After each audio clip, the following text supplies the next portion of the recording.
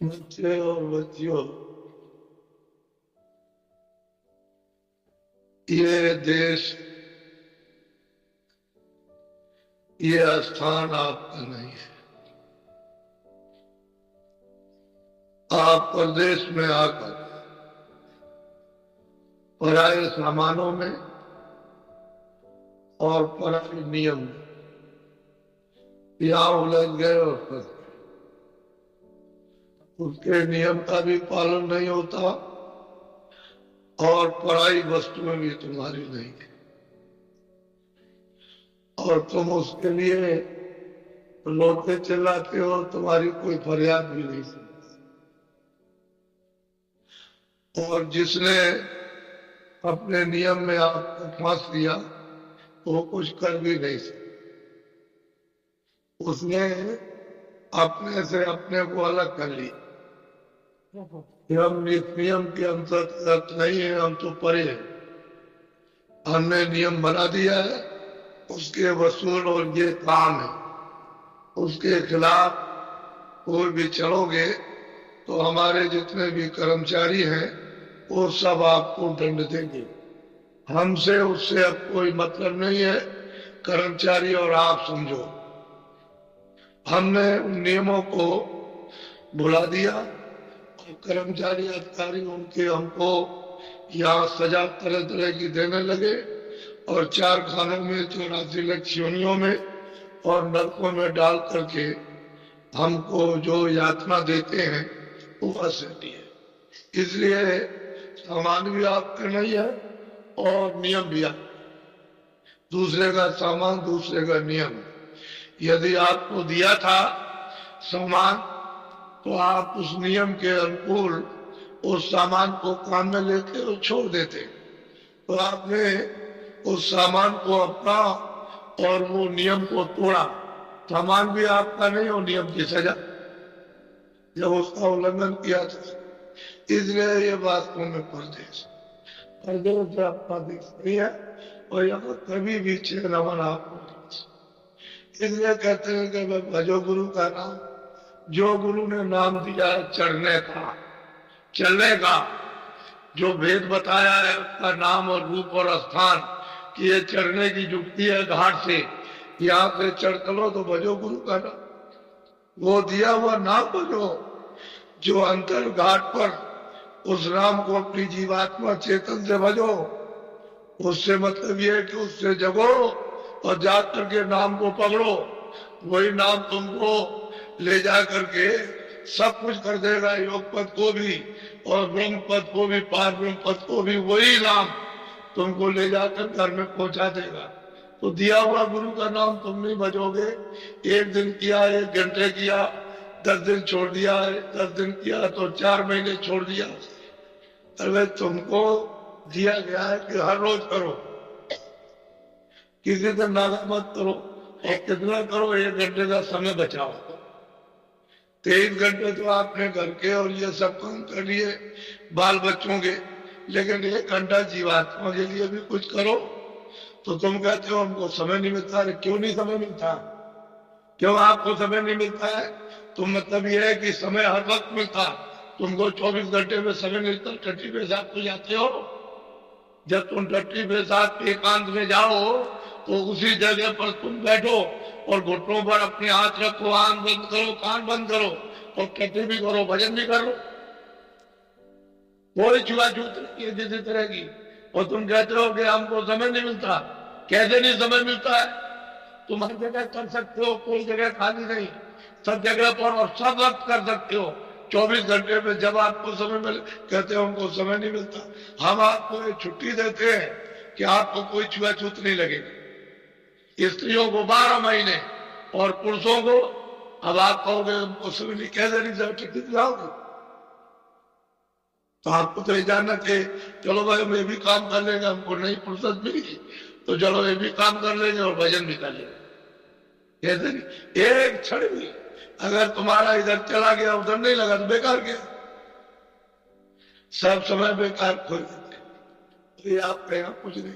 इसलिए वो कहते हैं कि गुरु ने जो भेद, जो नाम जुक्ति दी, जो वजन करने का उन्होंने रास्ता बताया, तो कहते हैं दरवाजे पर रोज बैठो, ऐसे खटखटाओ, इस तरह से कानों से आंख से देखो। जब तुम उसको खटखटाओगे दरवाजे पर, तो दरवाजे पर तब तो बोलेगा, और दरवाजे पर तो तुमने कभी खटकाया नहीं। मकान के अंदर जो मालिक रहता है वो कैसे बोलेगा? इस मकान को छोड़ करके उस मकान से चला रहे हो, अरे हरे कृष्ण नहीं बोलेगा, क्योंकि उस मकान में तो रहता नहीं, वो तो इस मकान में रहता।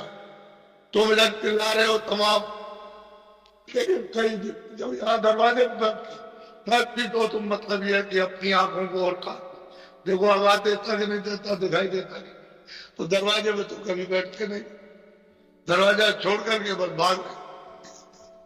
कोई इधर जाएगा, क्या मिलेगा? आप तुम बहुत गए हरिद्वार, बहुत गए रामेश्वरम, क्या पाया? लौट के तो चले आए। तुमने तो ये ख्याल किया कि हमको मुक्ति मिल जाएगी या हमको स्वर्ग मिल जाएगा, ऐसे नहीं मिलता बच्चा, ये तो खाली कल्पना। वो तो काम करने से स्वर्ग मिलेगा, पुण्य तो आपने किया नहीं, तो जब पुण्य नहीं किया तो स्वर्ग कैसे मिलेगा? स्वर्ग तो पुण्य से मिलता, वो पुण्य आपने किया नहीं, तो वो भी आपके हाथ से चला गया, तो मेहनत भी बेकार हुई और कुछ काम भी नहीं बना और धोखे में रह गए, पीछे अपने कौन कमाए। इसलिए भजो गुरु का नाम। ये आपका देश नहीं बच्चों, ये परदेश। आपका अगर देश होता है तो स्थिर रहते, हमेशा रहते, कोई निकालता नहीं, कोई परिवर्तन नहीं होता, तो आपका देश नहीं। तो आप अपने देश की चलने की तैयारी करो। अब यह है कि कुछ सामान, अरे कुछ गंदगी को नीचे छोड़ो। आप नहीं छोड़ सकते तो किसी से कहो कि हमारे पास गंदगी है, हमारा कपड़ा गंदा है, तो हम नहीं धो सकते, हमारे पास धोने के साधन नहीं, तो आप इसको धो दीजिए। तो आप किसी को देखो दो, ये तन रूपी कपड़ा दे दो। हम तो आपको इसलिए ले आए कि आप मतलब ये कोई ऐसी बात ना समझो कि बाबा जी मतलब ये है कि कुछ कोई गलत रास्ता बताते, तो हमने तो कहा कि चलो प्रयाग, चलो त्रिवेणी संगम पर आपको स्नान कराएंगे। हम जैसे कहें वैसे करो स्नान उसी गंगा, और गंगा में नहाओ और डुबकी लगाओ, आगे प्रतिज्ञा करो कि अब हम आपको शाकाहारी रहेंगे, शाकाहारी शुद्ध आहार करेंगे, फल फूल अनाज है शुद्ध आहार करेंगे, और मतलब ये है कि ये काम नहीं करेंगे। जो कुछ हो गया भूल चूक वो तो हो गई, हम उसके लिए तो इसको भूल चूक माफ करने के लिए, क्षमा करने के लिए कपड़ा दे दो। आगे वो करने नहीं देंगे कि दोबारा फिर जमा हो, और जो गंदगी जमा है उसको कपड़े को दो, तन रूपी कपड़ा, वो जरा धुलाई कर दे। अब वो अपना साबुन, उनका ढंग लगे, ये साबुन तो है नहीं फैक्ट्री वाला, उनके पास साबुन है, वो लगा देंगे, धीरे से कर जाए। तो आप अपना कपड़ा तो दे दो, वो करने नहीं दे, और तुम साफ कर नहीं सकते हो कि तुम्हारे पास तो कोई चीज नहीं कि उस दाग को छोड़ा दो। तुम कर्मों का दाग छोड़ा सकते, जो लाद रखा आपने वो बिना महात्माओं के बच्चा नहीं, इसलिए तुमको ले आए। चलो कम से कम इसी बहाने से तुम कम से कम आगे कोई ऐसा तुम बोझा तो अपने ऊपर नहीं लागो जो तो काला दाग जो लगा है उसे तो करवाई, वो कितना पीड़ित करेगा आपको, छोड़ेगा, वो कितने युग बर्बाद कर देगा। इसलिए आप परदेश में आए हो, और ये जो दृश्य है, ये जो आप देख रहे हो, हमने जो आपने कहा था ये महामानव कुंभ लगेगा, और ये बताया था कि अपनी सनातन विद्या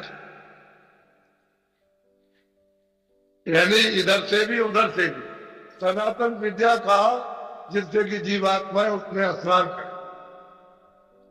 उस गंगा जो ऊपर से गिर रही है, जो अमृत के साथ वर्षा हो रही, उसमें जीवात्माओं को स्नान कराओ। तो ये आपको बताया गया, तो सब जगह आपको कहा कि चलो चलो चलो चलो, तो हमने कोई ऐसी बात नहीं की, आपके सामने कोई असत्य व्यवहार झूठा नहीं किया। और ये समाज है, ये सत्यता खोज है, ये मानव है, ये गुणों का भंडार है।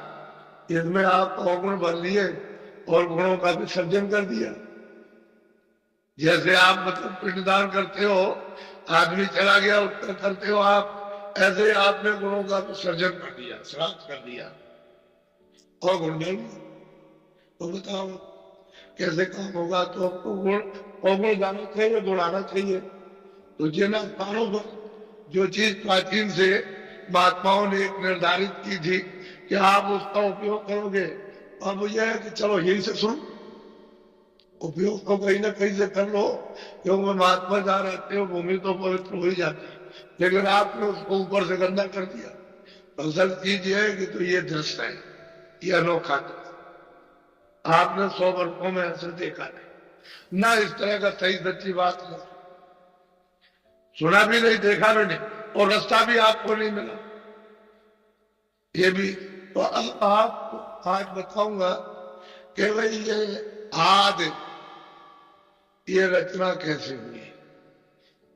वैसे तो हम आपको जब जब जब जब मालिक की मौज होती है तो ऐसे ही सुनाते रहते हैं, तो आप मतलब ये है कि उसको ये समझते हो कि चलो भाई बाबा जी क्या, अब जो लोग जान गए वो तो उनकी तो बात छोड़िए, वो तो बहुत कुछ है, पढ़ाने पर, कराने पर, बैठाने पर, समझाने पर अब उनकी कुछ समझ में आ गया।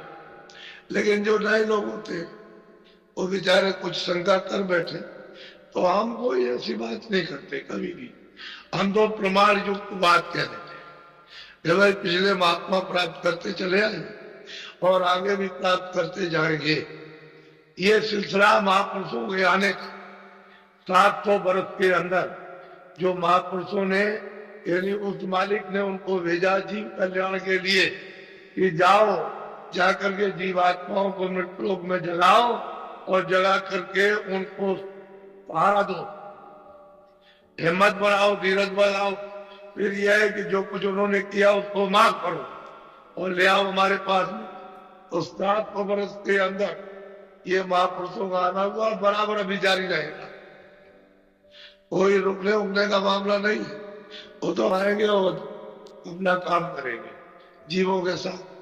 तो इसलिए ये अनाथ सनातन जब हम आए थे वो हमारी पूरी विद्या हमारे पास थी, उसमें कोई कमी किसी तरह की नहीं, और सर्व शक्ति थी अपने पास में। वो तो शक्ति बाद में छीण की गई है, तब अगर शक्ति छीननी की जाती तो इस जीवात्मा को कोई काबू में नहीं कर सकता था। उसकी शक्ति छीन करके धीरे धीरे धीरे धीरे और उसमें ला करके बांध दिया, तब ये फंस गई आकर। अब अगर कहीं निकल जाए महापुरुषों की मदद से, दया से, उनकी कृपा हो जाए और निकल जाए तो इसको कौन वसीभूत कर सकते? ये तो जिसकी है उसी के पास जाए, यहाँ तो किसी की है नहीं। ये तो ईश्वर की भी है नहीं है, ये जीवात्मा सूरत न ये ब्रह्म की है, न वो मतलब पार ब्रह्म की है, न उस स्वर्ग में ब्रह्मा विष्णु महादेव की न स्वर्ग की है, न यहाँ किसी राजा की है। ये तो जीवात्मा बस बंधी है तब तक है, और जैसे ही ये खुली उस सिवाय अपने घर के दूसरा कुछ नहीं। क्या हुआ है तो जरा सा विवरण पूरा पूरा आप बड़े ध्यान से सुनिए ताकि आपको यह जानकारी हो जाए। बोलो। जो चलते फिरते हो बैठ जाओ बच्चों, जो खड़े हो बैठ जाओ, जहां जगह मिल जाए वहीं बैठ जाओ, कान लगा करके सुनने लगो, चलना फिरना बंद कर दो। वेद वचन तेरे गुण विषय, तीन लोक की नीत, चौथे पद के हाल को यह क्या जाने मीत। वेद वचन ये 3 लोक की नीति है। जब उन्होंने इधर जब जीवात्माओं को ला करके इस तन रूपी मकान में दोनों आंखों के पीछे बैठाया तो सबकी आंख खुली थी, सबके कान खुले थे, सब लोग मतलब तीनों लोकों में जाते, मृतलोक में तो थे ही, तो अन्यलोक में ब्रह्मांड में, पार ब्रह्मांड में और सत्य देश में जाते थे, कोई रोक टोक नहीं थी। तो कहते हैं कि तब तो कोई रोक नहीं, तब तो कोई वेद विधान था, कोई वेद की नीति थी नहीं, न सुख था, न दुख था, न पाप था, न पुण्य था, न अच्छा न बुरा, न चौराती थी, न चार खाने थी, न नरक थे, कुछ नहीं। तो कहते हैं उस समय तो कोई विधान ही नहीं था। लेकिन जब वो विधान क्यों कि जब ये आए, इनकी आयु रखी 1,00,000 वर्ष की, ये शरीर में तुम 1,00,000 वर्ष रहो शुरू में, जब जीवात्माएं लाएंगे तो 1,00,000 वर्ष तब आती से जाती से उदाहरण को प्राप्त होती। तभी तो कहते हैं कि हड्डी रहेगी तब तक ये प्राण है। मत कुछ गाइए, 10,000 पैरों पर उल्टे टंगे रहे और खाली वायु का हाथ किया, बाकी कुछ नहीं किया, तब भी ये शरीर 10,000 वर्ष उल्टे पैर पर टंगे रहे और हवा का हाथ करते रहे, तब ये शरीर बना। 1,00,000 वर्ष की आयु इसकी, तो जब तक हड्डी रहेगी तब तक प्राण रहेंगे। उस समय का यही था। तो ये सब मतलब ये है कि जब समय पूरा हुआ तो जिनका पूरा हुआ वो निकल गए, अपने घर में अपने देश में चले गए। फिर दूसरों का जब समय कि उनका जन्म हुआ तो उनको 1,00,000 वर्ष की उनका समय वो भी चले गए। फिर और तीसरों का एक तरह से यानी अनगिनत खेत 1,00,000 वर्ष पूरा करने पर वो जीवात्माएं निकल गई, क्योंकि कोई तो बंधन तो था नहीं, कोई रुकावट नहीं थी, कोई नियम नहीं। बाद में फिर ये देखा कि भाई ये तो लोग सब चले जाएंगे और हमने बहुत तपस्या की, हमने तब की, तो ये तब किया इन्होंने बहुत, तब जाकर के वो सत्पुरुष से किसान मालिक प्रसन्न हुए, कहने लगा अच्छा मैं तुमसे बहुत खुश हूं, तुम क्या चाहते? तो इन्होंने उससे मांगा कि हमको यानी वहां जैसा राज तो मिल नहीं सकता, लेकिन कुछ मिलता जुलता छोटा मोटा कुछ राज दे दीजिए। तो उन्होंने कहा अच्छा ठीक है तुमको दिया। अब जीवात्माओं के सुरतों के बगैर कोई रचना हो नहीं सकती, क्योंकि ये सुरते नहीं रहेंगे तो कोई रचना नहीं। ये सब आदमी चले जाए तो राज क्या किस कौन करेंगे, किस पर करेंगे? मिट्टी पर। अरे भाई जब ये लोग रहेंगे तभी तो राज होगा, जब ये है नहीं तो राज किस पर है? तो उन्होंने जीवात्माओं का भंडार, छोटा सा वो समुद्र है, उसमें से लोटा दो लोटा, घड़ा दो घड़ा, गाड़ी दो गाड़ी, टैंकर दो टैंकर आ जाए तो उसमें क्या फर्क पड़ने वाला, वो तो सागर है अथा। एक छोटा सा भंडार तकसीम कर दिया, सबको दे दिया, क्योंकि सबने तपस्या की और सब लोगों में अलग अलग बांट। इधर भी है इन्होंने दे दिया, कोई यहाँ ले ला करके फिर ये खोल बना दिया और उसका एक तरीका जल मरण का रख दिया कि भाई इस तरह से तो हमारा यहाँ क्या रहेगा, फिर तो कुछ नहीं रहेगा। तब उन्होंने अपनी शक्तियां पैदा की, जन्म देकर के जब उनका जन्म हो गया तो आदेश दे दिया कि तुम सीधे जंगल में चले जाओ बोलो। वो जंगल में चले गए, वो भी विधान ऐसे नहीं बना सकते, वो भी 20,000 वर्ष तक तब किया ब्रह्मा ने, विष्णु ने, महादेव ने। और जब ब्रह्मा ने लगाई तो तीनों ने समाधि, लेकिन ब्रह्मा को आवाज सुनाई कि हम जो बोले बोली, तो निरंजन भगवान जो जो बोलते गए वो सुनते। तो कहते हैं कि 3 लोक की नीति ये यहां भी काम करेगी, स्वर्ग में भी काम करेगी और ब्रह्मांड में भी काम करेगी। 3 लोक की नीति का इनके मतलब एक वचन, रजोगुण तमोगुण सतोगुण, ये तीनों प्रकार के वचन है, उन्होंने नीति बना दी, नियम बना दिया, विधान बना दिया। और उन्होंने आदेश दे दिया कि भाई तुमको अधिकार दिया जाता है मृतलोक में जो चाहो, जो भी अच्छे बुरे कर्म करोगे अपना प्रभु,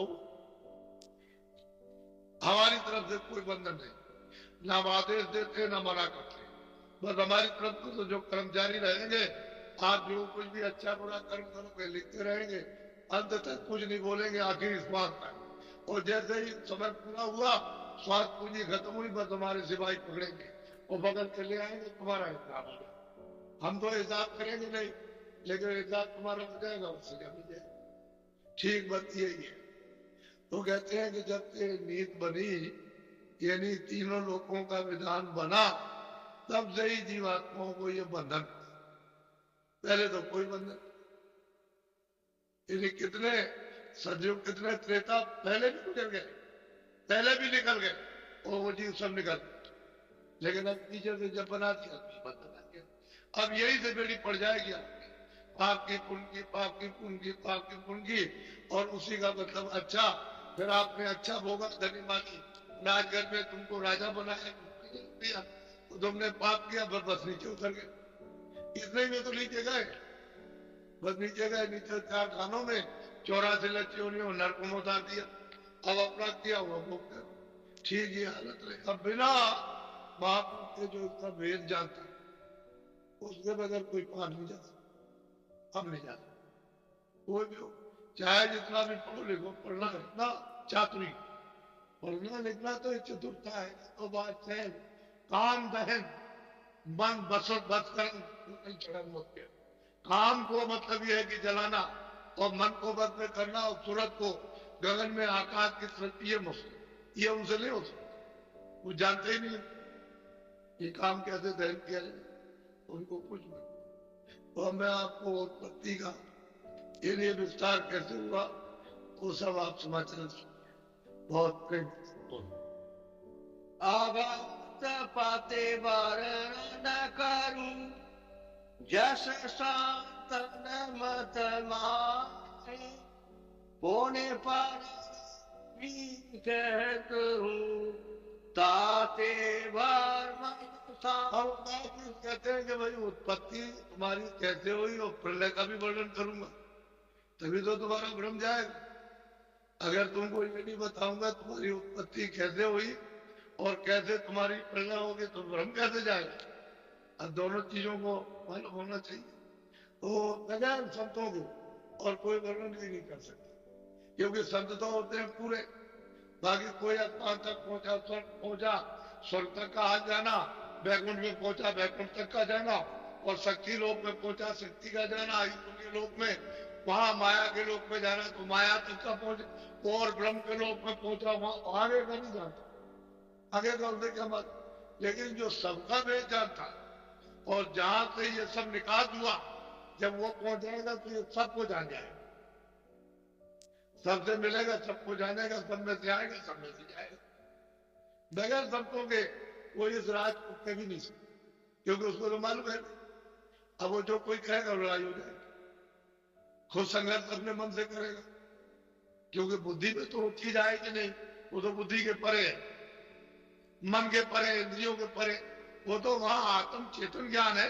तो जब जीवात्मा को नहीं जगाओगे तो जानोगे, ये तो वहां बुद्धि काम नहीं करती। बोलो। सबकी याद कहूँ अब स्वामी, अपार। अब कहते हैं कि भाई सबकी याद, वो एक अकय था, अपार था, अनामी था, अनाम था। कहते हैं पहले वो अकेले था, और उसी में सब, अपार था, बेअख्या था, बेकुमार था, उसकी कोई पैमाइश कभी नहीं है, पहले भी नहीं थी। और अनामी था, उसको कोई नाम, न पहले नाम है ना अब है, पहले भी नाम नहीं था, अब भी नाम नहीं है। वो तो भक्त बन करके कुछ भी आप नाम सिद्ध कर लीजिए, वो तो अलग बात, वो तो अब भी अनाम। कहते हैं वो अकय, अपार और अनाम, अकेला था, न ईश्वर थे, न ब्रह्म थे, न पात्र थे, न धरती थी, न गगन है, न स्वर्ग है, न वैकुंठ है, न ब्रह्मांड है, न पार ब्रह्मांड है, न वेद है, न कथेब है, न पुराण है, न पुराण है, न सूरज है, न सितारे है, कुछ नहीं, कोई चीज कहते हैं कुछ नहीं, मैं अकेला। अब वो अपनी बात करते, अब वो जब वहां तुरंत आएगी, वो रूप धारण और ज्ञान लेकर के जब यहाँ आएगी, वो तब वही वर्णन करेगी, तो उसका तो वही रूप, वो तो वो जानकारी लेकर के आई, वो वही है, वो तो मतलब उसने एक देह रूप धारण किया वर्णन करने के लिए, है वही। तो वहां से आए तो कहते हैं कि भाई नहीं था, पहले कुछ नहीं था। बोलो।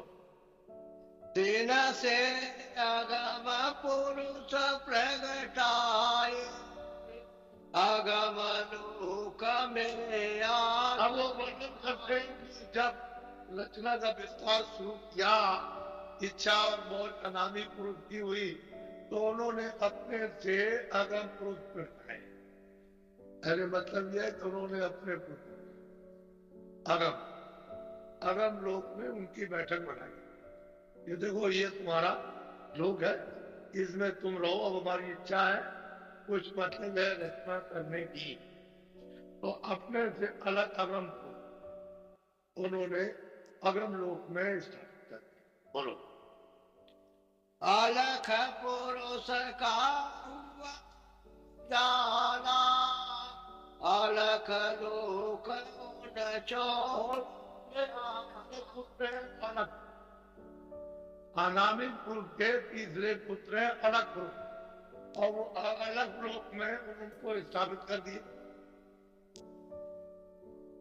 उधर अगम लोक, उधर में अलग लोक, ये दो हो गए। बोलो। फिर सत नाम पुरुष सत सोई, सात सात रचना जैसे जो कहते हैं हमारे पुत्र हैं सत, सतलोक में उनका नाम सतनाम है, सतलोक में उनका नाम अपना पुत्री सत है। वहां सत्य का कोई काम नहीं है। वो सतलोक अलग है, अलग लोक अलग है, अगम लोक और आमी लोक अपार है, बेइंतहा। वो तो जैसे पहले था वैसे, उसमें तो कोई अंतर किसी तरह का है, वो तो पहले ही। वो मालिक भी वैसे ही बस कहते हैं कि तीनों ही है, ये मेरे पुत्र, मैंने पहले मतलब ये है कि ये स्थापित किया। अब आप किसको अच्छी तरह इनमें है, ये उन्हीं का रूप है सत्य, बैठा दिया वहां, किसी तरह की भी मिलोनी नहीं है। अब ये जो कुछ भी इच्छा होगी विस्तार करने की जब कभी भी, तो सब मुश्किल।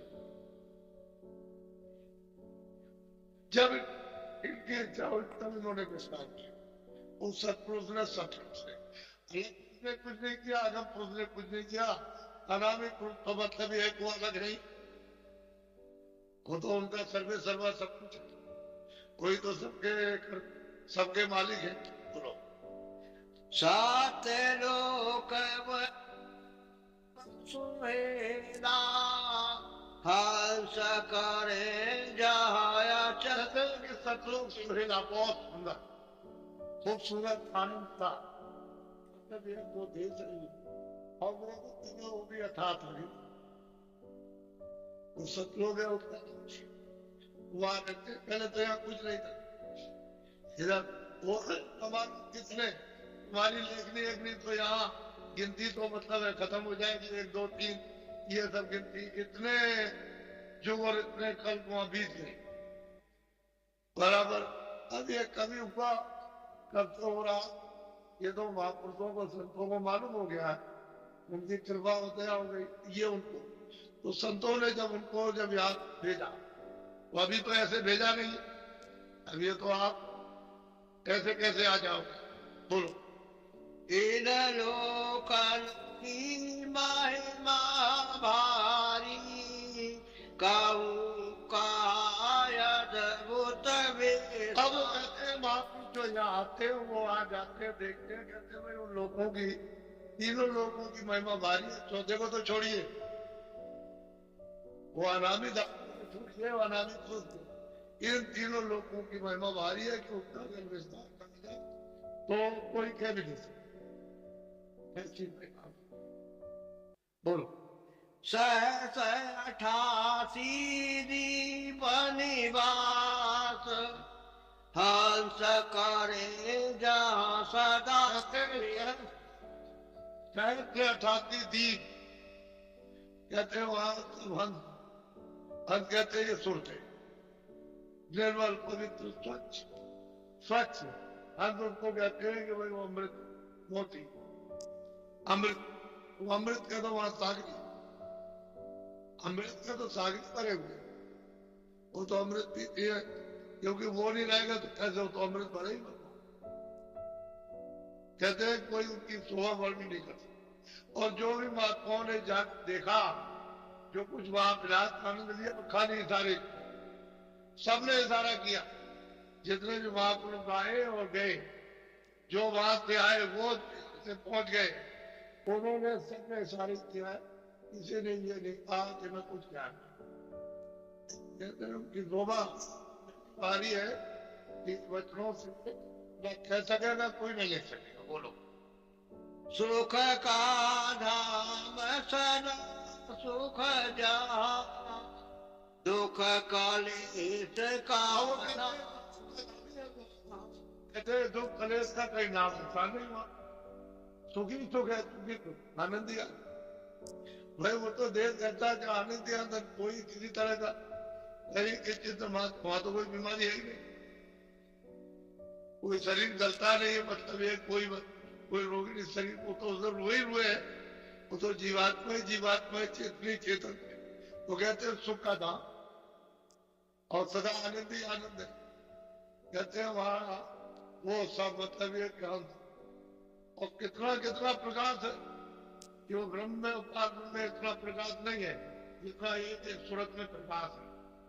यही जो सूरत दोनों आंखों के बीचों बीच में बैठी हुई है, जब वहां पहुंच जाती है तो इसमें कितना प्रकाश है कि ब्रह्म और पार ब्रह्म इनके कुछ नहीं प्रकाश, कितना प्रकाश।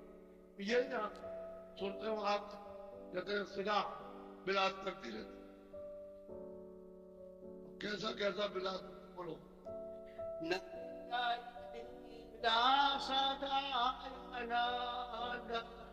हंस करे नेत्र पर क्षण क्षण पर नई नई लीला होती है तरह तरह की, और मतलब है कि यही वहां विलास, यही हम करते रहते हैं वहां, और अपनी रचना रखते रहते तो मन वो तो सागर है, उसमें सब ये होता है। पालक बैठे हुए वहां के मालिक सब कुछ अलग है भैया, सब रचना सब विलास सब आनंद सब होता रहता है, क्योंकि उन सूत्रों में उन अंशों में इतना प्रकाश, उधर इनमें उनकी इतनी क्षमता है कि अगर उनको आदेश मिल जाए तो वो कितने लोग बनाते। बोलो। आमी पर चंद्र साच खंड वह धाम अमृतकार, और वो जो अमृतकार है प्रचंड भोग, सबसे उत्तम उससे बढ़िया कोई भोग ही। और सदा सतलोक में ये अंश कर ब्याज करते। बोलो। अब भी कर रहे हो, आप ही वही थे, ये जीवात्माएं आई थे रचन में, ये सब वही से आई हुई सदा ब्याज करती थी, लेकिन अब ये उनकी मर्जी पहुंच हो गई। तासे भवन गुफा राखी तो उसके बाद जब सतगुरु की इच्छा हुई, जब उनकी मौज मस्ती हुई, उन्होंने क्या दक्षिण जी भवन मंडल बनाया, इसी सतलोक से अलग वो भवन बाद इच्छा हुई तो फिर उन्होंने मतलब दिया है कि प्रभात बनाया, फिर उसने त्रिलोकी बनाई, फिर नीचे का उसने ये सारा बनाया हुआ। अब इतने बड़े बड़े मंडल बनाए उन्होंने कि जैसे जैसे सुरतें पहुंचती जाती है ऊपर की तरफ, तो आप कुछ नहीं समझती मंडल। यहाँ तो आप जब नहीं आपको मालूम तो बहुत बड़ा होगा, लेकिन अगर इस तरह से देखा तो कुछ नहीं बड़ा। ऊपर जाइए तो उस दृष्टि से उनकी दृष्टि से कुछ नहीं बड़ा, लेकिन यहाँ के लिए बहुत बड़ा। ऊपर जाइए तो उनके लिए कुछ नहीं है, लेकिन यहाँ के लिए बहुत कुछ है। इसी तरह से उन्होंने पूरा का पूरा मतलब मंडल बना दिए, और सब जगह ऐसे नहीं रचना होगी, पहले मंडल बन जाएंगे, इनमें से कोई रचना नहीं करेगा, न ईश्वर करेगा, न ब्रह्म करेगा, न पार्वण करेगा, और न महाकाल पुरुष करेंगे। इनको बना बनाया वो सब पुरुष ने बना अवसर मिलेगा, तो ये कौन करेंगे, बस तो उतारेंगे अपने अपनी आवाज। तो वहां से ये सब आवाज का खेल है, सब जगह पर आवाज कई मंडल बने, इतनी जोर की आवाज है उसकी, उसी से सब मंडल बन गए। अब वो जब उतारेगा